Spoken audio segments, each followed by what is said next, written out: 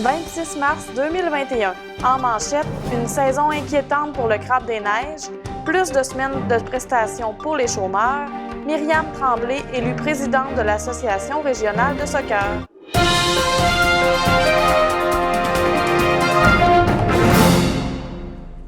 Le 24 mars, avant la levée du soleil, les crabiers de la zone 17 ont largué les casiers pour une seconde saison sur fond de pandémie qui s'annonce courte et particulièrement inquiétante pour certains. Disponible pour la vente au détail d'ici quelques jours, le crabe se vendra à prix d'or.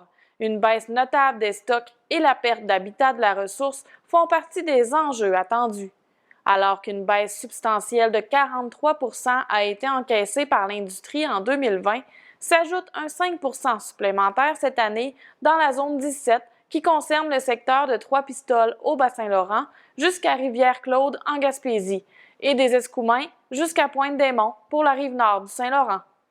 Le réchauffement climatique n'est pas le seul écueil qui inquiète les chercheurs et les industriels de la pêche au crabe des neiges. L'absence de glace pose aussi un réel problème. Éventuellement, la température de l'eau risque de s'approcher du seuil de tolérance du crabe qui est de 3 degrés Celsius. À l'image des inventaires du crabe des neiges, les données se font de plus en plus rares en raison de la pandémie qui a freiné la collecte des experts en 2020. La prudence sera préconisée auprès de la flotte de 21 pêcheurs traditionnels et la vingtaine de pêcheurs non traditionnels qui œuvrent dans le secteur. Tandis que l'inventaire du marché américain est presque nul en raison de la demande excessive, l'industrie locale se désole de ne pouvoir privilégier les consommateurs d'ici. Le 17 mars, le projet de loi C-24 du gouvernement du Canada a reçu la sanction royale faisant en sorte que les travailleurs ont maintenant droit à un maximum de 50 semaines de prestations régulières d'assurance-emploi. Cette nouvelle mesure s'adresse à ceux ayant présenté une demande entre le 27 septembre 2020 et le 25 septembre 2021. Une bonne nouvelle selon Action Chômage Côte-Nord. Pour la ministre de l'Emploi, du Développement de la main-d'œuvre et de l'Inclusion des personnes handicapées, le gouvernement du Canada continue à aider et à soutenir les familles et les travailleurs canadiens qui ont de la difficulté à joindre les deux bouts en raison de la pandémie de COVID-19. Les travailleurs indépendants qui se sont inscrits au régime d'assurance-emploi pour avoir accès aux prestations spéciales peuvent désormais bénéficier d'un seuil de revenus pour 2020 de 5 000 $ comparativement au seuil précédent établi à 7 555 $. Le changement est rétroactif pour les demandes présentées à partir du 3 janvier 2021 et s'appliquera jusqu'au 25 septembre 2021. Pour le mouvement autonome et solidaire des sans-emploi, auquel est affilié Action Chômage Côte-Nord, le prolongement des semaines de prestations de la PCRE était également incontournable pour soulager les trop nombreux travailleurs qui ne peuvent toujours pas se qualifier aux prestations d'assurance chômage. Le MAS rappelle toutefois que ces prolongations ne permettront pas d'éliminer à long terme la précarité économique des chômeurs. Le gouvernement doit à présent entreprendre un examen approfondi du régime d'assurance chômage existant afin d'améliorer le sort de tous les travailleurs une fois la pandémie terminée, affirme l'organisme. En plus du projet de loi C-24, un nouveau règlement visant à augmenter le nombre de semaines offertes par les prestations canadiennes de la relance est entré en vigueur. Cela signifie que le nombre de semaines pour la prestation canadienne de la relance économique et la prestation canadienne de la relance économique pour proche aidant passe de 26 à 38 semaines, soit une augmentation de 12 semaines. Ce règlement prévoit aussi une hausse du nombre de semaines offertes par la prestation canadienne de maladie pour la relance économique de 2 à 4 semaines. Les particuliers peuvent bénéficier de ces semaines supplémentaires par l'entremise de l'Agence du revenu du Canada depuis le 18 mars. La campagne de vaccination contre la COVID-19 sur la Côte-Nord continue de bien aller. Les gens de 70 ans et plus qui souhaitaient être vaccinés l'ont pratiquement tous été au cours des 2 dernières semaines, et c'est maintenant le tour des 65 à 69 ans. Les personnes nées en 1956 ou avant qui résident dans les MRC de la Manicouagan, de Sept-Rivières et de la Haute-Côte-Nord peuvent s'inscrire aux cliniques qui se tiendront à Bécomo, Sept-Îles, Forestville et les Escoumins. Elles sont invitées à prendre rendez-vous à partir de la page québec.ca Vaccin COVID, puisqu'il s'agit de la façon de faire la plus simple et la plus rapide selon le CIS de la Côte-Nord. Par contre, les personnes n'ayant pas accès à Internet ou qui peinent à l'utiliser peuvent toujours composer le 1-877-644-4545 pour obtenir de l'aide. Il est toujours possible aux 70 ans et plus des 3 MRC concernés de prendre rendez-vous pour se faire vacciner. Au plan culturel, après une année de congés forcés, l'Odyssée artistique reprend ses activités en organisant un week-end culturel du 26 au 28 mars à l'église des Bergeronnes. L'événement, une fin de semaine entre nous, sera festif mais tenu dans le respect des mesures sanitaires. En plus de mettre en lumière le talent des artistes de la Haute-Côte-Nord, l'événement permettra à l'Odyssée de se renouveler et de s'adapter à un public plus large en ne se limitant pas au jazz et à la musique classique. Le vendredi 26 mars, en grande première, sera présenté le film de Lucie Lambert, Le Grand Châle d'Ahamu, d'une durée de 42 minutes. Ce film pour petits et grands mélange animation et tournage réel, documentaire et conte. Il nous promène parmi des personnages entretenant tous un lien harmonieux avec la nature, celle de la Laponie finlandaise. Le samedi 27 mars, 3 activités seront au rendez-vous. À partir de 18h30 se succéderont le film Aimer finir, un spectacle multidisciplinaire de l'artiste adousassien Éric Cyr autour de son album Rivière, et finalement la musique de Mariacine, groupe composé de Renaud Pincio et Éric Cyr. Le dimanche 28 mars, l'événement se poursuit à partir de 13h avec le duo Oui, une improvisation autour de la musique classique avec Kim Drouin-Ratcliffe et Ariel Villeneuve, suivi par le bouquet nord-côtier réunissant des musiciens de la région. D'autres œuvres artistiques seront offertes au public durant la fin de semaine, soit une sculpture d'Éric Maillet, un slam de Stéphane Guignard et les réflexions humoristiques et caustiques de Robert Bouchard. Les tarifs sont à la journée, le vendredi 5 $ et samedi dimanche 10 $. Il est préférable d'acheter ses billets en ligne sur la plateforme lepointdevente.com.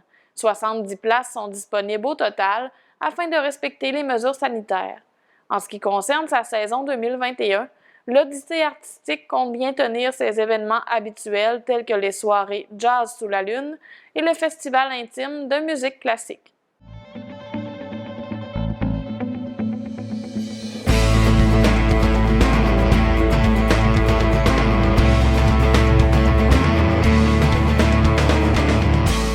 Dans le monde du sport, la passion de Myriam Tremblay pour le ballon rond ne se dément pas. La présidente de l'Association de soccer des Escoumins assurera désormais le poste de présidente de l'Association régionale de soccer Côte-Nord, une première pour la Haute-Côte-Nord depuis 1978. C'est avec honneur que j'ai accepté le poste de présidente de Soccer Côte-Nord. Je tiens à remercier l'ensemble des membres du Conseil pour leur confiance et sachez que c'est avec une grande fierté que je représenterai notre belle région auprès de la Fédération, a-t-elle commenté sur Facebook. C'est lors de l'Assemblée générale annuelle de l'Association régionale tenue le 10 mars que l'Escouminoise a été élue à titre de présidente, succédant ainsi à Patricia Saint-Don, qui en assurait le rôle depuis 17 ans. Elle a d'ailleurs tenu à souligner le passage marquant d'une grande dame qui a mis énormément de temps et d'énergie à défendre et promouvoir le soccer chez nous. Bien connue en Haute-Côte-Nord, Madame Tremblay est une femme impliquée et dévouée.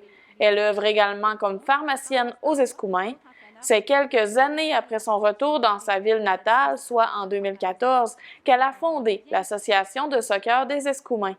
En plus de la présider, elle joue les rôles d'entraîneur, registraire, organisatrice des tournois, responsable des finances, de l'équipement, des horaires, etc.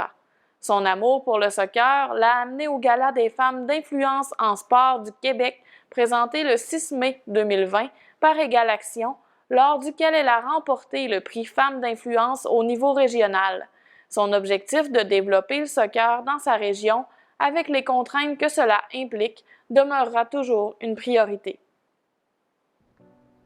Alors que les inscriptions affluent en vue de la 2e édition du Beluga Ultra Trail prévue le samedi 18 septembre prochain, les organisateurs espèrent que les bénévoles se manifesteront au cours des prochaines semaines. L'événement de course en sentier unique en Haute-Côte-Nord sera présenté officiellement cette année par la municipalité de Tadoussac. Une seconde année, les athlètes du Beluga Ultra Trail emprunteront, en totalité ou en partie, le sentier du fjord qui est situé dans le parc national du fjord du Saguenay et qui longe le parc marin du Saguenay-Saint-Laurent sur le territoire des localités de Sacré-Cœur et Tadoussac. Les distances proposées de 45 km, 30 km et 17 km affichent déjà complet à 6 mois de l'événement. Il est toutefois toujours possible de s'inscrire pour le parcours de 5 km qui traverse Tadoussac ainsi que pour la course des enfants de 1 km. Alors que ce sont plus de 900 athlètes, soit le double de l'an dernier, qui ont confirmé leur participation, le comité organisateur fait appel aux personnes intéressées à prendre part à la course à titre de bénévole. Pour les coureurs qui ont manqué leur chance, il sera possible de se mériter des rabais et des places assurées sur la liste de préinscription pour l'édition 2022 en s'inscrivant comme bénévole.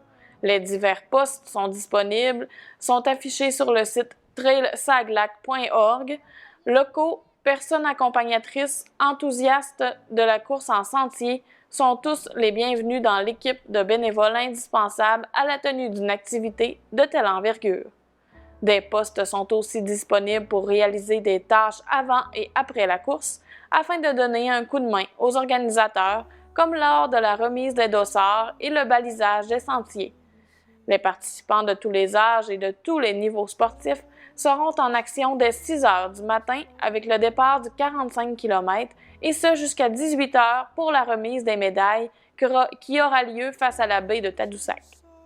Tout comme l'an passé, un montant de 5 $ par inscription sera remis au groupe de recherche et d'éducation des mammifères marins pour compléter l'adoption d'un beluga au nom des athlètes du Beluga Ultra Trail. L'organisation s'attend à une 2e édition encore plus grandiose que la première, qui est d'ailleurs présentement en nomination au Gala Tourisme Côte-Nord 2020 en tant que coup de cœur du public, et tout sera mis en place pour s'assurer de l'application des mesures sanitaires qui seront en vigueur au moment de l'événement.